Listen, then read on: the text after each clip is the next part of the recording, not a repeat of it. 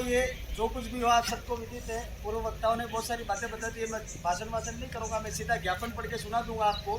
ध्यान से सुन लेना। महिला और बच्चियाँ जो आई हैं कॉलेज से, वो सब ध्यान से सुनना। आप ही को जाना, आप ही को बोलना और आप ही को वहाँ जवाब देना है। सेवा में महामहिम राष्ट्रपति महोदय, राष्ट्रपति भवन नई दिल्ली। हमला पिलावड़े। माननीय राज्यपाल महोदय, राजभवन राजस्थान जयपुर। माननीय जनजाति आयोग अध्यक्ष, जनजाति आयोग नई दिल्ली।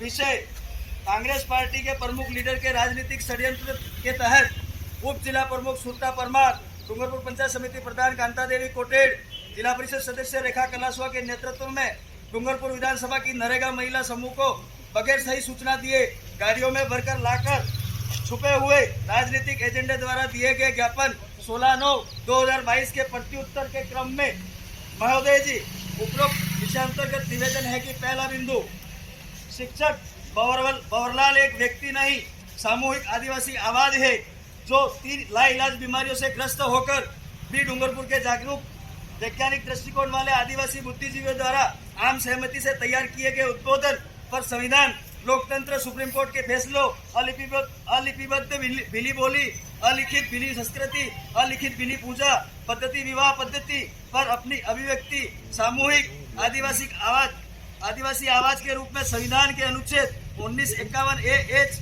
के तहत अब तक देते आए हैं। पूर्व में भी कई बार लिखित ज्ञापन 2016 से अब तक हम दे चुके हैं। लाखों आदिवासी लोगों की आशा उम्मीद का केंद्र बिंदु शिक्षक बवरलाल परमार है। दूसरा बिंदु इसमें है, डूंगरपुर जिले की 80% आदिवासी प्रजा जीववादी, प्रकृतिवादी, मानवतावादी, लोकतांत्रिक, संवैधानिक मूल्यों से ओतप्रोत होकर शिक्षक बवरलाल परमार के बोले गए वचनों से सहमत है। केवल 20% राजनीतिक कट्टर धार्मिक संगठनों से जुड़े हुए लोग अपने पद एवं टिकट की आशा से लगे राजनीतिक लोगों को पक्षधर बनी हुई है। कुछ लोग अज्ञान में भ्रमित है। जब भी चुनाव नजदीक आते हैं, प्रशासन भी एक तरफा निर्णय लेकर, जब भी चुनाव नजदीक आते हैं, पहले भी इसी तरह की हरकत करके शिकायत कर चुके हैं। प्रशासन भी एक तरफा निर्णय लेकर एपीओ कर चुका है। 80% समर्थक प्रजा के अभिमत लिया जाना चाहिए, मगर अब तक शासन प्रशासन ने ऐसा प्रयास नहीं किया है। यह अलोकतांत्रिक, असंवैधानिक, संवैधानिक, प्राकृतिक न्याय के विरुद्ध है। तीसरा बिंदु इसके अंदर लिखा गया है, पूरे आदिवासी क्षेत्र में सरकारी विद्यालयों में 90 से 95% आदिवासी छात्र छात्रा अध्ययनरत है। जुलाई से सितंबर माह तक विद्यालय समय 7:30 बजे का होता है। जुलाई से अक्टूबर माह तक ही पढ़ने वाले छात्र छात्रा सबसे ज्यादा स्कूल आते हैं। शेष नवंबर से अप्रैल तक उपस्थिति बहुत कम होती है। अधिकतर छात्र छात्रा विद्यालय में अनुपस्थित रहते हैं। इसी समय आदिवासी माता पिता खेतीबाड़ी, पशुपालन के कार्यों में अधिकतम लगे रहते हैं। ऐसे महत्वपूर्ण समय में 16 सोमवार, 10 दिवसीय दशामाता मूर्ति स्थापना, कावड़ यात्रा, दही हांडी फोड़ आयोजन, 10 दिवसीय गणेशोत्सव, रामदेव यात्रा, अंबाजी पद यात्रा, 10 दिवसीय गरबा मंडल है।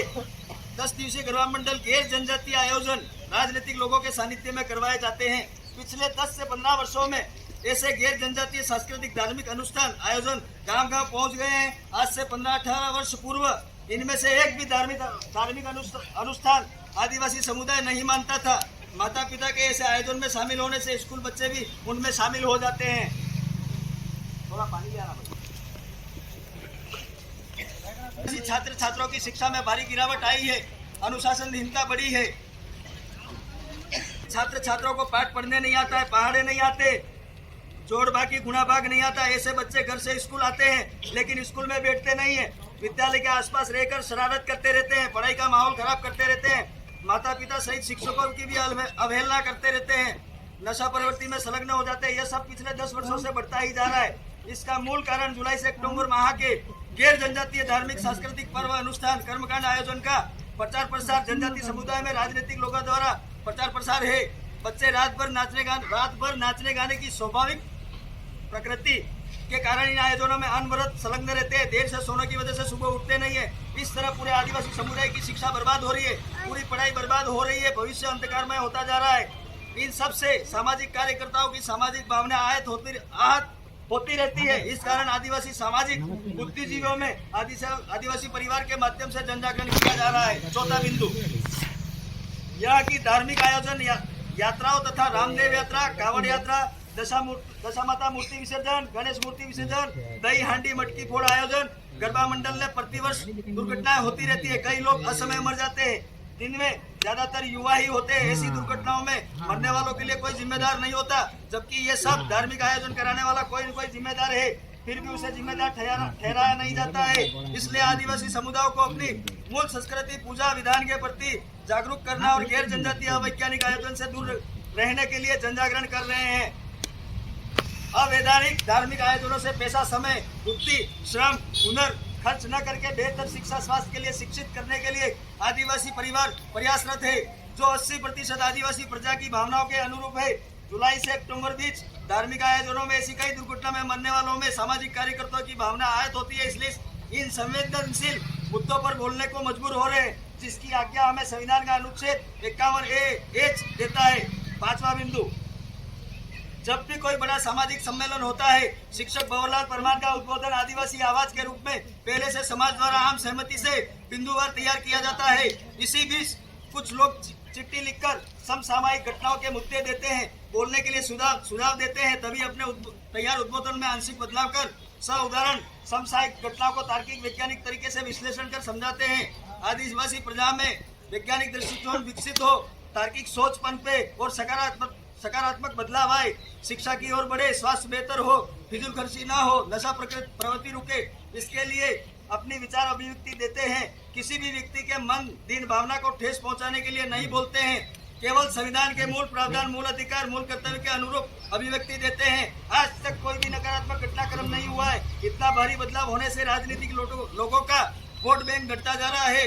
इस कारण भावनाओं के हाथ होने का बहाना बनाकर राजनीतिक षड्यंत्र के तहत चुनाव नजदीक आते देखकर प्रशासन से शिकायत करते रहते हैं।